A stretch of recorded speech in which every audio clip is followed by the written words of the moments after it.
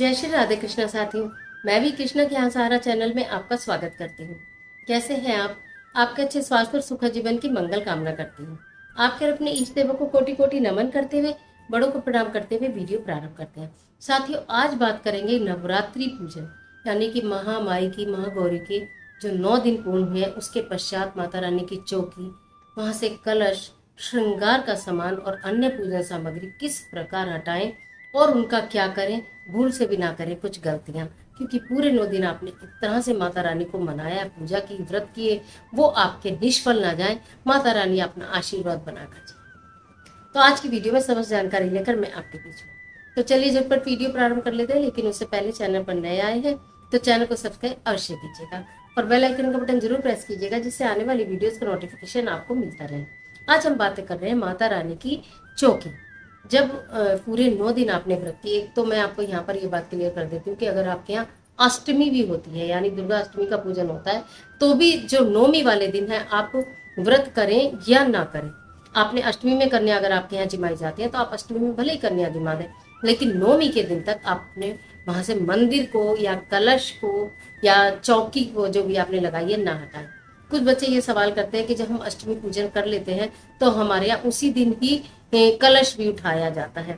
अगर आपके यहाँ ऐसी परंपरा है और आप उठाते आए हैं तो अलग बात है, फिर भी कुछ पूजन सामग्री आप वहां पर रहने दीजिएगा, सारा मंदिर में नहीं बढ़ाइएगा। और अगर आपके यहाँ ऐसा कुछ नहीं है तो फिर कलश बिल्कुल मत उठाइएगा। तो आपको क्या करना है, जब आपका नौमी का भी पूजन पूर्ण हो जाए उसके बाद अगले दिन आप चौकी हटानी है, या अगर आपने चौकी नहीं लगाई, माता रानी के मंदिर में ही आपने पूजन सामग्री, तो आपके पास वहां पर खेती बीजी हुई होगी। नवरात्रे खूब हरे हरे लंबे लंबे नवरात्रे होंगे। किसी किसी के जो खेती होती है, जो धान बीजते हैं, किसी किसी के बिल्कुल हरे जाते हैं लंबे लंबे, किसी किसी के थोड़े पीले भी हो जाते हैं। ये भी एक संकेत देते हैं, मैं बताती हूँ आपको, कि अगर आपकी खेती खूब हरी भरी है तो आप समझ जाइए पूरा साल धन धान्य से भरा रहेगा। लेकिन अगर आपकी खेती कहीं मुरझा गई है या इस बार नोरते हुए ही नहीं, 2-4 हुए हैं बाकी तो उगे ही नहीं, और अगर उगे हैं तो वो पीले हो गए हैं, तो कहीं ना कहीं कठिन परिश्रम की आवश्यकता है। ये संकेत देती हैं पूजा की चीजें, कहीं ना कहीं कठिन परिश्रम की आवश्यकता है। फल मिलेगा लेकिन अधिक परिश्रम से मिलेगा। चलिए, उसके बाद हम कहते हैं वो जो खेतरी आपके, तो दशमी वाले दिन, दशहरे वाले दिन, तो वो खेती की पूजा होती है। मतलब हम लोगों के इधर तो उस खेती की पूजा होती है जो बीजी जाती है, और फिर भाइयों के कान पर रखते हैं, बहनें तिलक करती हैं। ये सब मंगल कार्य होते हैं विजयदशमी के दिन। तो अगर आपके यहाँ ऐसा होता है तो बहुत अच्छी बात है, फिर आप खेतरी वहाँ पर रखिए जहाँ पूजा होगी। और अगर ऐसा नहीं, आपको लगता है ऐसा नहीं होता है, तो भी आप उस खेतरी को संभाल कर आप वहाँ से मंदिर से तो हटाएंगे, बढ़ाएंगे। उसके बाद जहाँ भी कहीं आपके और प्लांट्स रखें वहाँ रखें, जो भी जैसे आपके यहाँ होता है वैसे करेंगे। उसके बाद बारी आती है कलश की।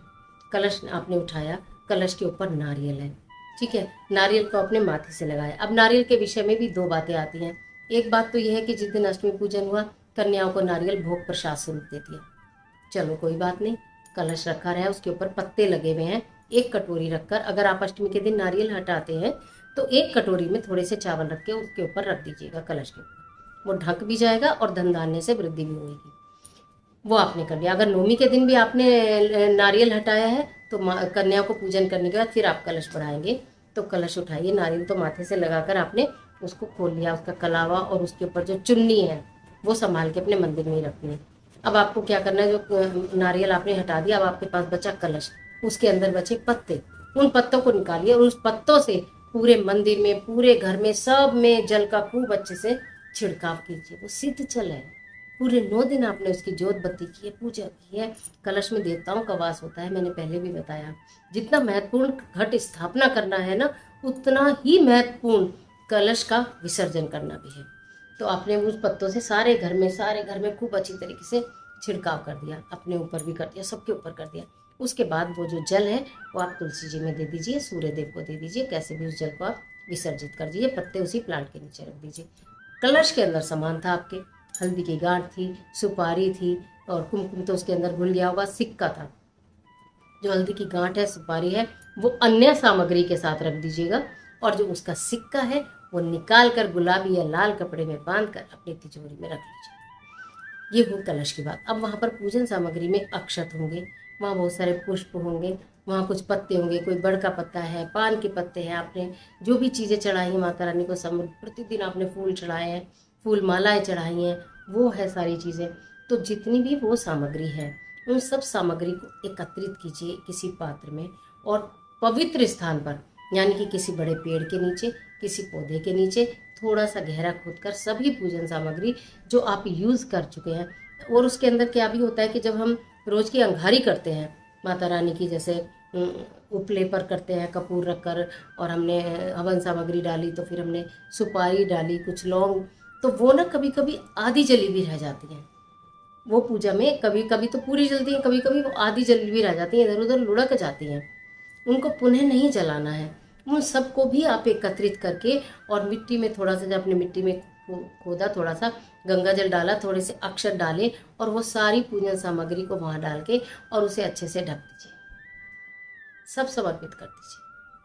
इस तरह से करना, मतलब आपके पूजन सामग्री की इतनी सी भी चीज़ इधर उधर ना हो, किसी के पैरों में ना आए और कहीं भी व्यर्थ ना जाए। उसको इतने बढ़िया तरीके से आपको कच्ची मिट्टी में दबा देना है। अगर आपने कुछ भोग स्वरूप फल चढ़ाए थे और वो आपने भोग में ग्रहण नहीं किए हैं और वो बचे हुए हैं वहाँ पर, तो वो गाय माता को आप खिला सकते हैं। चौकी पर जो आपने लाल रंग का कपड़ा बिछाया था, अगर आपने चौकी रखी है तो लाल रंग का कपड़ा बिछाया होगा, उस कपड़े को संभाल कर आप अपने घर के अंदर रखिए। अपने कपड़ों संभाल कर रखिए। माता रानी के उस वस्त्र को आपको नहीं विसर्जित करना है। जो माता को गहने पहनाए हैं, श्रृंगार पहनाया है, अगर माता रानी को आपने गहने पहनाए, चुन्नी उड़ाई, वो तो माता रानी सजी हुई बैठी ही रहेंगी। और उसके बाद जो श्रृंगार का सामान आपने चढ़ाया है, वो सारा श्रृंगार का सामान आप अपने यूज़ करिए। परिवार में जितनी भी महिलाएं हैं सब यूज़ कर सकती हैं। कोई बिंदी ले ले, कोई सिंदूर ले ले, कोई मेहंदी ले ले, कोई चूड़ी ले ले, कोई काजल ले ले, जो भी चीज़ें आपने चढ़ाई हैं सब आपस में वो ले लेंगे और माता रानी से प्रार्थना करेंगे, हे माता रानी सदा हमारे परिवार में विराजमान रहो। मैंने अपने अल्प ज्ञान से जो भी आपको समर्पित किया है उसे स्वीकार करना, हमारे पूरे परिवार पर अपनी कृपा दृष्टि बनाए रखना। इस तरह से आप प्रार्थना करते हुए तब उस पूजन सामग्री का विसर्जन करेंगे, तब माता की चौकी हटाएंगे और माता रानी को अपने साथ विराजमान रहने के लिए प्रार्थना करेंगे। 10वीं वाले दिन कहते हैं ना कि आप, जैसे मैं बोल रही हूँ, 10वीं वाले दिन आपको चौकी हटानी है। तो कहते हैं कि भगवान राम ने माँ देवी के अपराजिता रूप की पूजा की थी विजयदशमी के दिन, तब उन्हें विजय प्राप्त हुई थी। तो इसलिए माता रानी को अष्टमी वाले दिन या नौवीं वाले दिन कन्या जिमाने के बाद ही विदा मत कीजिएगा। अगले दिन चौकी हटाइएगा, बड़े प्रेम से हटाइएगा और वो सारा सामान हटाने के बाद जब आपको लगे मंदिर हमने साफ सुथरा कर दिया, जो भी कुछ था सब लेकर हमने वहाँ पर विसर्जित कर दिया, दबा दिया मिट्टी में। बहाना नहीं है, इसमें से कोई भी सामग्री को पानी में नहीं बहाना। एक तो जल प्रदूषण होगा और दूसरी बात है वो सामग्री कहीं ना कहीं जो सामान आपका होता है आपने बहा दिया, कहीं ना कहीं अटक जाता है पत्तों में, किसी में, वो कार्य मत करिएगा, बस दबा दीजिएगा, ठीक है। उसके बाद एक दीपक वहाँ पर प्रज्वलित कर दीजिएगा, बस इतना ही करना है। लेकिन इतना ज़रूर करना है, कोई भी गलती जो मैंने बताई ना करें कि आपने चौकी का कपड़ा भी कर दिया या तो आपका जो सामग्री है वो इधर इधर इधर हो गया, आपको कुछ पता भी नहीं चला, या फिर कोई सामान आपके घर में रह गया, कोई वहाँ चला गया। जो घर में रखने की चीज़ें मैंने बताई है, चौकी का कपड़ा और सिक्का आपको अपने घर के अंदर ज़रूर रखना है, वो बिल्कुल भी विसर्जित नहीं करना है। तो ये जो चौकी और कलश विसर्जन की जो मैंने आपको ये बताई है सारी की सारी विधि, आशा करती हूँ ये निश्चित आपके लिए बहुत उपयोगी साबित होगी। तो इजाज़त दीजिए, आज के लिए इतना ही। मिलती हूँ एक और महत्वपूर्ण वीडियो के साथ। तब तक हंसते रहिए, मुस्कुराते रहिए, अपना और अपने अपनों का ख्याल कीजिए। वीडियो अच्छी लगे तो लाइक कीजिए, कमेंट बॉक्स में माता रानी के नाम का जयकारा लगाना बिल्कुल मत भूलिए। माता रानी आपकी मदद करे, सुख समृद्धि से आपका घर द्वार भरे और माता रानी हर वक्त आपके साथ अपना आशीर्वाद बना के